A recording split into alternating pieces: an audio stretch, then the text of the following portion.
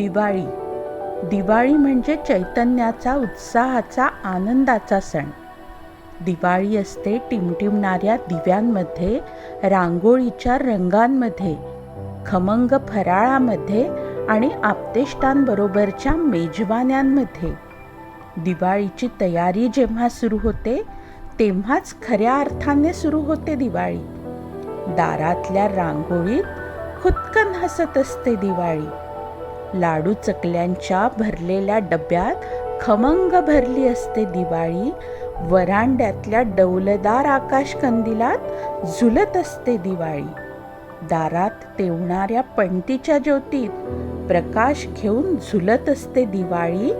परीटघडीच्या नव्या कोऱ्या कपड्यात नवी कोरी गंधाळलेली असते दिवाळी. लक्ष लक्ष ज्योती उजळून मनात भरली आहे दिवाळी.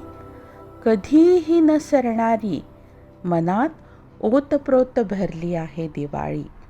मनात ओतप्रोत भरली आहे दिवाळी.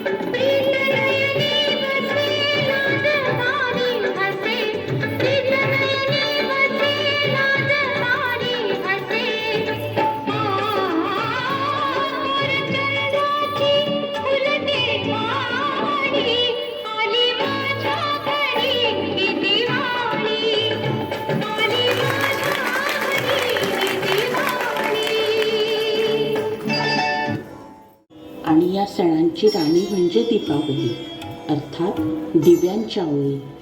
दिवाळी हा प्रकाशाचा सण आहे. या दीपोत्सवात दिव्यांच्या असंख्य ओळी घर अंगणात लावल्या जातात, म्हणून तिचे नाव दीपावली. दिवाळी हा सण आनंद, समृद्धी आणि वैभवाचं प्रतीक आहे.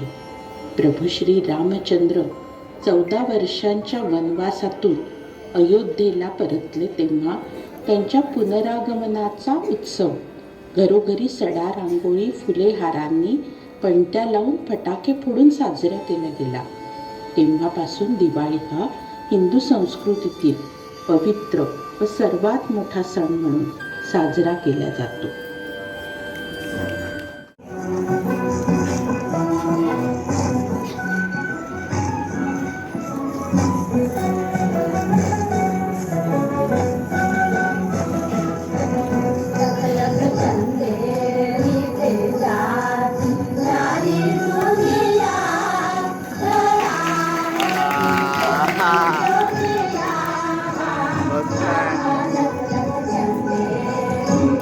Yeah.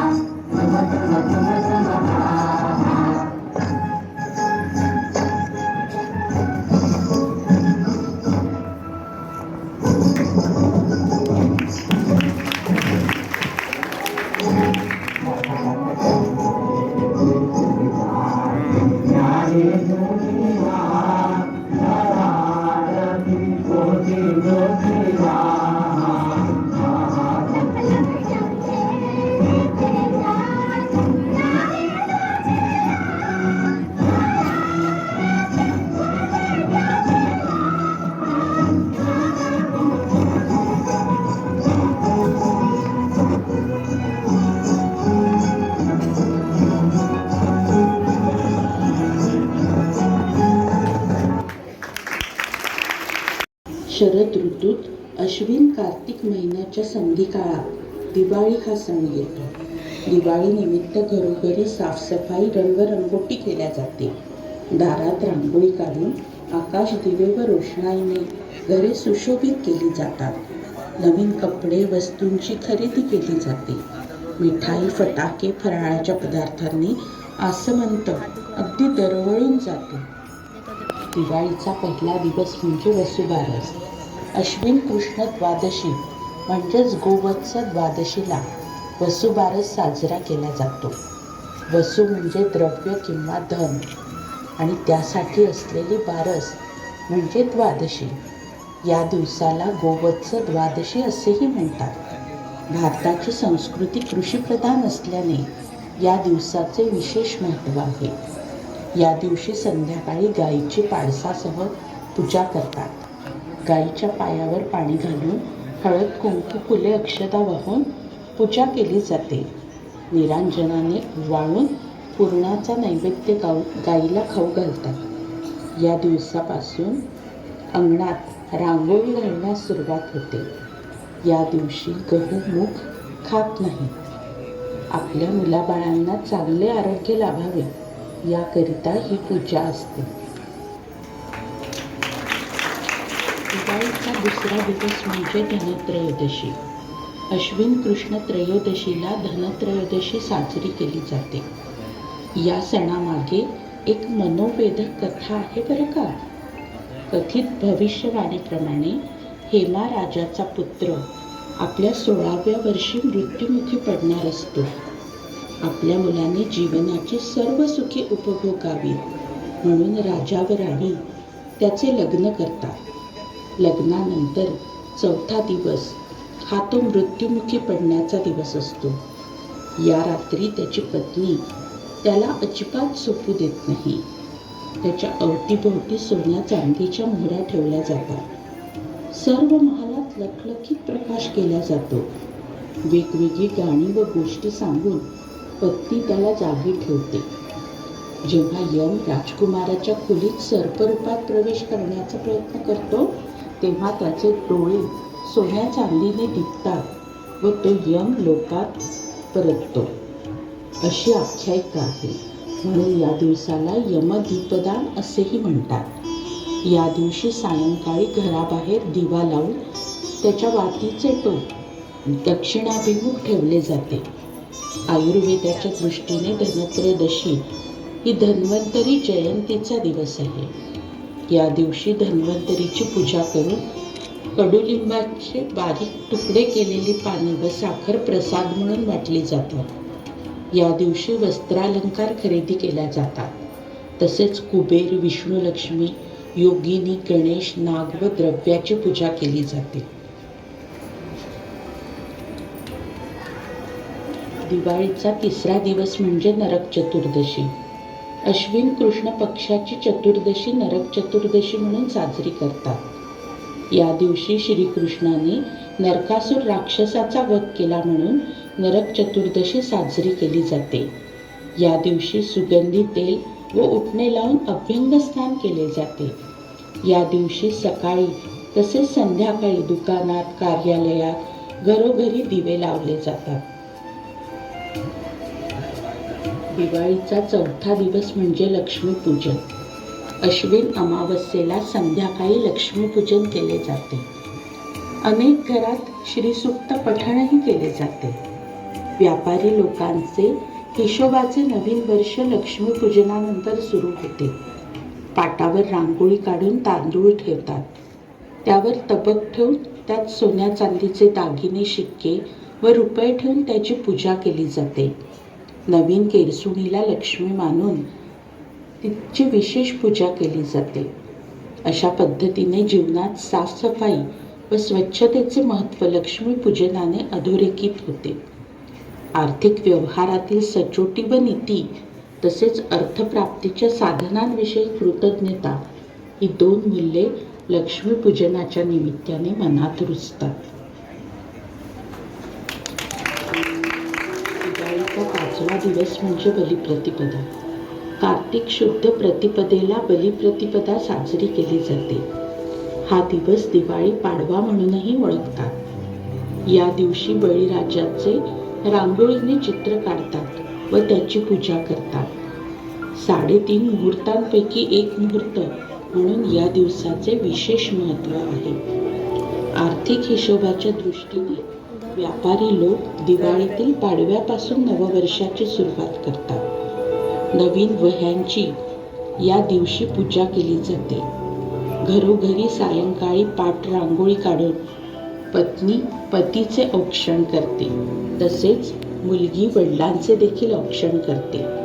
नवदाम्पत्याची पहिली दिवाळी याच दिवशी पत्नीच्या माहेरी साजरी करतात. यालाच दिवाळ सण असे म्हणतात. मथुरेकडील लोक या दिवशी गोवर्धन पर्वताची पूजा करून श्रीकृष्णाला नैवेद्य दाखवतात. दिवाळीचा 6वा सण म्हणजे भाऊबीज. कार्तिक शुद्ध द्वितीयेला भाऊबीज साजरी करतात. या दिवशी यम आपली बहीण यमी हिच्या घरी जेवायला गेला म्हणून तिला यमद्वितीया असेही म्हणतात. बंधू भगिनींच्या प्रेम संवर्धनाचा हा दिवस आहे. या दिवशी बहिणीच्या घरी भाऊ गोडधोड भोजन करतो आणि सायंकाळी चंद्राची कोर दिसल्यानंतर बहीण प्रथम चंद्रकोरीस व नंतर भावाला ओवाळते. भाऊ मग ओवाळणीच्या ताटात ओवाळणी टाकून बहिणीप्रती कृतज्ञता व्यक्त करतो. कृष्ण द्रौपदीला सखाने भेटला, पाठीशी राहू दे छाया, तशी पाठीशी राहू दे छाया रे, वेड्या बहिणीची वेडी माया. सोनियाच्या काठी उजळल्या ज्योती, ओवाळते भाऊराया रे, वेड्या बहिणी. अशा प्रकारे दिवाळीचे दिवस आनंदात साजरे केले जातात. कामानिमित्त बाहेर गेलेले लोक घरी परतून कुटुंबासहित दिवाळी साजरी करतात. ज्ञानेश्वर माऊली म्हणतात, मी अविवेकाची काजळी फेडोनी विवेक दीप उजळी. मी अविवेकाची काजळी फेडोनी विवेक दीप उजळी, हे योगिया पाहे दिवाळी निरंतर. असा जर विवेकाचा दीप आपण सगळ्यांनी मनात तेवत ठेवला तर येणारा प्रत्येक दिवसच दिवाळी जणू, नाही का? लक्षदीप हे उजळली घरी, दारी शोभली कडा रांगोळी, गुलवाती अंगणात सोन सकाळी आली दिवाळी.